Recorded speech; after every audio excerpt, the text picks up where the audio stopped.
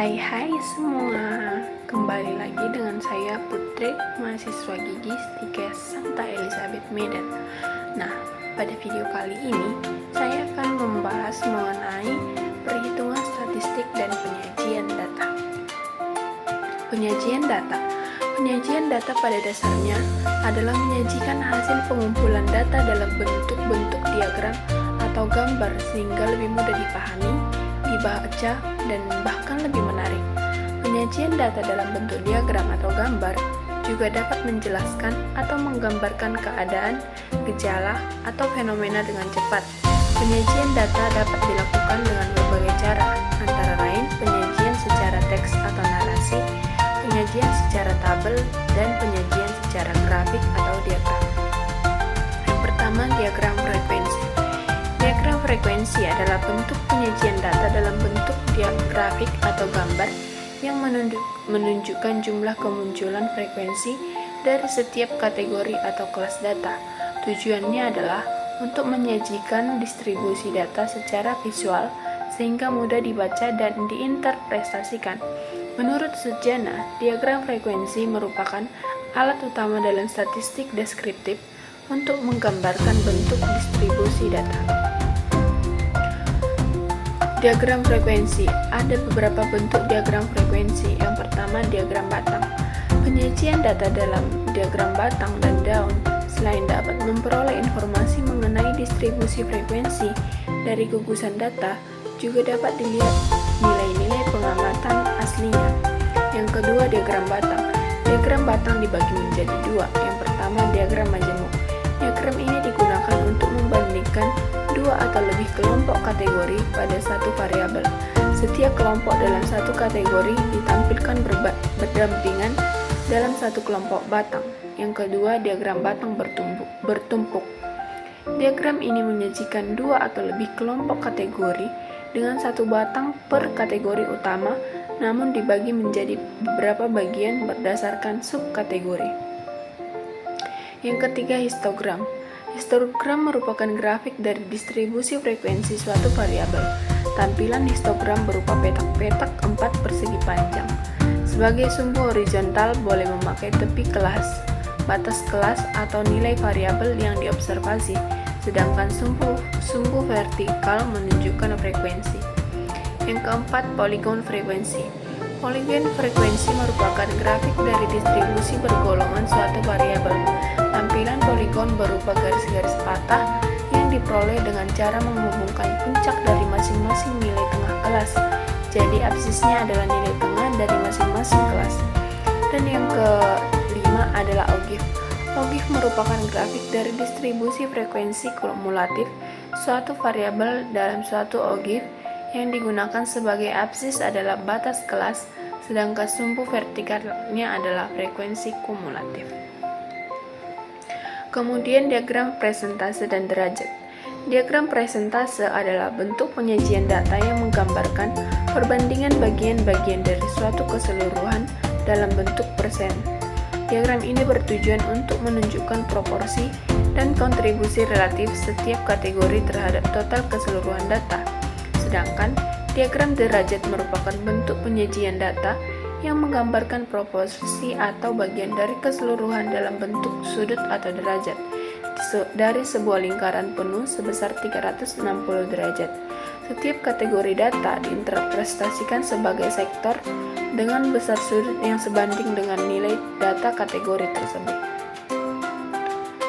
Bentuk diagram persentase dan derajat, yaitu bentuk diagram lingkaran atau pie chart, merupakan grafik dari distribusi frekuensi relatif. Penyajian data dalam bentuk diagram lingkaran didasarkan pada sebuah lingkaran yang dibagi menjadi beberapa bagian, sesuai dengan banyaknya kelas penyusunan. Penggunaan skala yang tepat untuk masing-masing bagian ditentukan secara proporsional sesuai dengan frekuensi masing-masing kelas, dengan memperhitungkan bahwa sudut kelas lingkaran penuh yaitu 360 derajat. Manfaat dan kelebihan diagram lingkaran. Yang pertama, menyampaikan informasi secara visual dan proporsional. Yang kedua, memudahkan pembacaan mengenali bagian terbesar dan terkecil dari data. Yang ketiga, efektif untuk menggambarkan komposisi data dalam suatu kesatuan. Namun, penggunaannya menjadi kurang optimal jika kategori terlalu banyak, karena irisan yang terlalu kecil akan sulit dibedakan dan dapat mengurangi kejelasan informasi. Nah, histogram. Histogram ialah grafik dengan sumbu mendatar, guna menjelaskan kelas. Sementara, sumbu tegak guna melukiskan jumlah observasi, yang mana jumlah observasi digambarkan melalui balok vertikal. Dalam histogram, sumbu mendatar dapat berbentuk topik kelas ataupun nilai tengah kelas. Lebar balok menggambarkan interval kelas, sementara tinggi balok berpadan dengan frekuensi observasi terhadap setiap kelas. Histogram juga dapat diartikan sebagai diagram yang dipakai dalam menyajikan data kontinu. Bentuk diagram histogram sudah saya buat di samping pengertian dari histogram. Adapun langkah pembuatan histogram, yang pertama, melukis sumbu datar untuk nilai, kemudian sumbu tegak untuk sumbu frekuensi dengan menggunakan skala. Yang kedua, melukis persegi panjang untuk tiap interval. Alas persegi panjang menerangkan panjang kelas, yakni dari tepi bawah kelas, sementara tinggi persegi panjang menerangkan frekuensinya.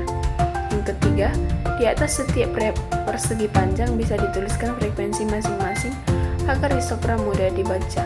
Yang keempat, memberi tanda potong pada sumbu horizontal jika skor dilakukan pemotongan. Contoh, seorang ahli gizi melakukan penelitian untuk mengetahui distribusi asupan energi harian mahasiswa program studi gizi Stiges Elizabeth Medan. Data diambil dari 30 responden dalam 30 responden dalam suatu hari, diukur dalam kilokalori. Adapun datanya yaitu data asupan energi harian mahasiswa program studi gizi Stiges Elizabeth Medan. Kemudian dibagi dalam kelas, interval, dan frekuensi. 1600 sampai 1699 frekuensinya 1 orang, sampai 2400 hingga 2499 frekuensinya 3 orang. Nah, dibentuk ke dalam histogram agar lebih mudah diamati, yaitu 1600 sampai 1699 1 orang, 1700 sampai 1779 3 orang, 1800 sampai 1899 3 orang. Yang paling tinggi itu 2300 sampai 2399, yakni 5 orang. Nah, dengan adanya histogram ini, kita dapat langsung mengetahui kelas interval mana yang lebih tinggi dalam mengkonsumsi energi harian dari mahasiswa program gizi Stiges Elizabeth tersebut. Jadi yang paling tinggi itu yakni 2300 sampai 2399 dengan frekuensi 5 orang. Kemudian poligon. Poligon merupakan grafik dalam bentuk garis, berbeda dengan pembuatan histogram yang mengacu kepada konsep kelas. Maka pembuatan poligon ini menggunakan konsep titik tengah. Jika dihubungkan dengan histogram, poligon ini berada di tengah setiap batang histogram. Untuk membuat poligon dibutuhkan 2 kelas tambahan, yaitu di awal dan di akhir, yang masing-masing tidak mempunyai frekuensi, sehingga setiap ujung poligon memotong sumbu horizontal. Contoh gambar poligon juga sudah ada di samping. Langkah pembuatan poligon, yang pertama, melukis sumbu horizontal serta sumbu vertikal yang saling berpotongan. Yang kedua, menyajikan frekuensi setiap kelas diwakili dengan tinggi titik pada titik tengah tersebut.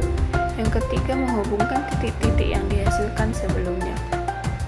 Contohnya, seorang ahli gizi Rumah Sakit Elizabeth Medan meneliti berat badan mahasiswa gizi tingkat akhir untuk melihat pola distribusi status gizi berdasarkan berat badan aktual. Pengukuran dilakukan terhadap 30 mahasiswa. Datanya yakni 42 titik-titik hingga 75. Yang kedua itu tabel distribusinya. Data tadi dibagi menjadi 6 kelas, yang dimana terdiri dari 42 sampai 46 dengan titik tengah 44 dan frekuensi 3, hingga 72 sampai 76 dengan titik tengah 74 dengan frekuensi 3. Dicantumkan dalam tabel seperti ini. Nah, dengan adanya tabel poligon ini dapat mempermudah. Setelah dimasukkan ke dalam tabel dapat diketahui bahwa berat badan yang paling banyak itu yaitu di antara 57 sampai 61 dengan titik kelas 59 sebanyak 6 orang. Kemudian ogive, sama halnya seperti poligon. Ogive juga merupakan grafik dalam bentuk garis, namun menunjukkan grafik garis kumulatif. Oleh karena itu, ogive sering juga disebut poligon kumulatif. Pembuatan ogive menggunakan konsep tepi kelas. Ogive adalah kurva mulus yang diperoleh berdasarkan daftar distribusi frekuensi kumulatif. Ogive juga terdapat dua macam. Yang pertama, ogive positif, yaitu grafik atau kurva yang dibuat berdasarkan daftar distribusi frekuensi kumulatif kurang dari. Dan yang kedua, ogive negatif, yaitu grafik atau kurva yang dibuat berdasarkan daftar distribusi frekuensi kumulatif lebih dari. Grafik ogive dibuat dari daftar sebaran frekuensi kumulatif kurang dari dan frekuensi kumulatif lebih dari. Langkah pembuatannya yaitu yang pertama, tentukan frekuensi kumulatif dari setiap kelas. Yang kedua, menggambarkan sumbu horizontal sebagai batas masing-masing kelas serta sumbu vertikal sebagai frekuensi kumulatif. Dan yang ketiga, hubungkan titik-titik yang didapatkan sebelumnya. Contohnya yaitu seorang ahli gizi di Puskesmas Selayang melakukan penelitian mengenai asupan protein harian mahasiswa program studi gizi. Penelitian ini bertujuan untuk mengetahui distribusi asupan protein serta menentukan kecenderungan konsumsi protein di kalangan mahasiswa gizi. Data diperoleh dari 30 responden, diukur dalam bentuk gram per hari berdasarkan konsumsi harian rata-rata. Nah, yang pertama itu data asupan proteinnya. 10 gram per hari sampai 80 gram per hari. Yang terendahnya itu 40 gram per hari dan yang tertingginya itu 80 gram per hari. Lanjutannya, setelah tadi datanya itu dimasukkan ke dalam batas atas kelas. Kan yang tadi yang paling rendah itu kan 40. Jadi batas kelasnya itu 39,5. Frekuensi kumulatifnya 0 dan frekuensi kumulatifnya kurang dari itu 0. Frekuensi kumulatif lebih darinya itu 30. 44. Frekuensi kumulatif kurang dari 1 lebih dari 29. 49 kurang dari 4 lebih dari 26. 54 kurang dari 8 lebih dari 22. 59 kurang dari 13 lebih dari 17. 64 kurang dari 17 lebih dari 13. 69 kurang dari 20 lebih dari 10. 74 kurang dari 23 lebih dari 7. 79 kurang dari 26 lebih dari 4. 84 kurang dari 30 dan lebih dari 0. Nah, kemudian dimasukkan ke dalam kurva yang dimana kurva yang berwarna biru itu adalah kurang dari. Dimasukkan dari nilai frekuensi kurang dari dimulai dari 0 hingga 30. Kemudian dengan garis kurva kuning itu frekuensi kumulatif lebih dari, dimulai dari 30 hingga 0. Kemudian masuk ke kuis. Kuis yang pertama itu, seorang ahli gizi dari Puskesmas Medan melakukan survei terhadap kebiasaan konsumsi makanan sehat harian mahasiswa program studi gizi. Penelitian ini bertujuan untuk mengetahui proporsi jenis makanan sehat yang paling sering dikonsumsi dalam setiap hari seperti buah, sayur, susu, dan burger dan sosis. Survei dilakukan terhadap 60 mahasiswa, di mana setiap responden dapat memilih jenis makanan sehat yang paling sering dikonsumsi setiap hari. Jenis makanan yang dikonsumsi: buah sebanyak 15 orang, sayur sebanyak 20 orang, susu sebanyak 10 orang, burger sebanyak 8 orang, dan sosis sebanyak 7 orang. Jumlahnya itu 60. Setelah itu dimasukkan ke dalam presentasi agar dapat dilihat derajat dan presentasenya. Untuk menghitung presentasenya, buah kan frekuensinya 15, jumlahnya kan 60 orang, jadi 15/60 dibagi persentase sebanyak 100%, maka 15 dibagi 60 dikali 100% sama dengan 25%. Kemudian sayur 20 dikali 60 dikali 100 sama dengan 33,3%. Begitu juga seterusnya hingga sosis. 7 dibagi 60 dikali 100% sama dengan 107%.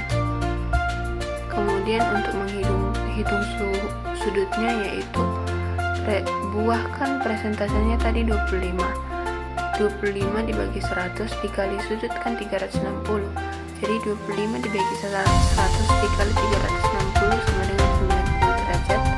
Buah 33,3% dibagi 100 dikali 360 sama dengan 120 derajat. Susu 16,7 dikali 100 dikali 360 sama dengan 60 derajat. Burger 3,3 dibagi 100 dikali 360 48 derajat. Kemudian sosis 11,7 dikali 100 dikali 360 derajat, maka dengan sudut 42 derajat. Beginilah kira-kira gambar diagram presentase dan diagram sudut dari jenis konsumsi makanan yang telah diperoleh, yaitu buah, sayur, susu, burger, dan sosis. Kemudian kuis yang kedua. Seorang ahli gizi puskesmas Selayang melakukan penelitian mengenai asupan protein harian mahasiswa program studi gizi.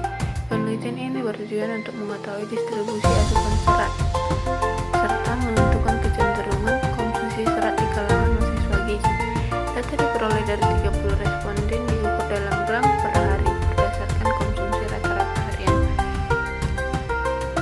dimulai dari 40 hingga ke 80. Kemudian dimasukkan ke dalam interval kelas. Yang tadi yang terendah kan 40, jadi batas bawahnya itu 39,5.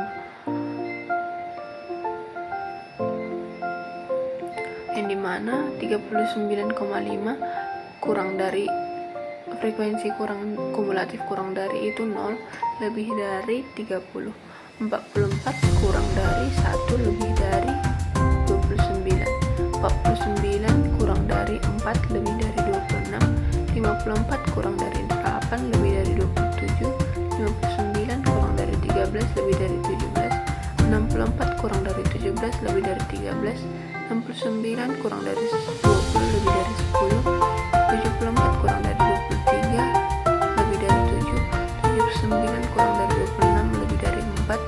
84 kurang dari 30 lebih dari 0.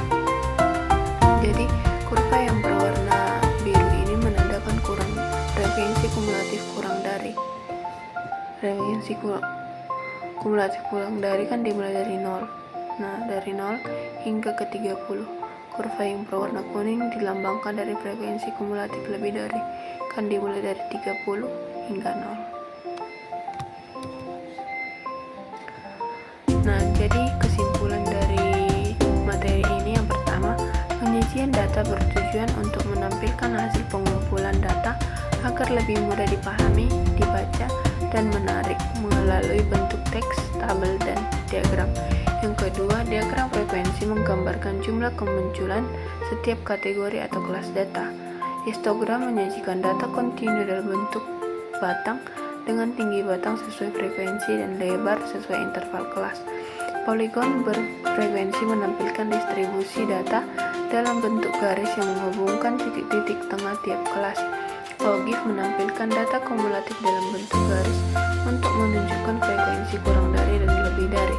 Diagram presentase menunjukkan perbandingan tiap kategori dalam bentuk present terhadap keseluruhan, dan diagram derajat menggambarkan bagian data dalam bentuk sektor lingkaran berdasarkan besaran sudut atau derajat. Jadi sekian yang bisa saya bantu jelaskan mengenai materi ini. Kiranya melalui video ini dapat menambah wawasan kita bersama. Sekian yang bisa saya sampaikan mengenai materi ini. Jika ada kesalahan dalam penyampaian saya mengenai materi ini, saya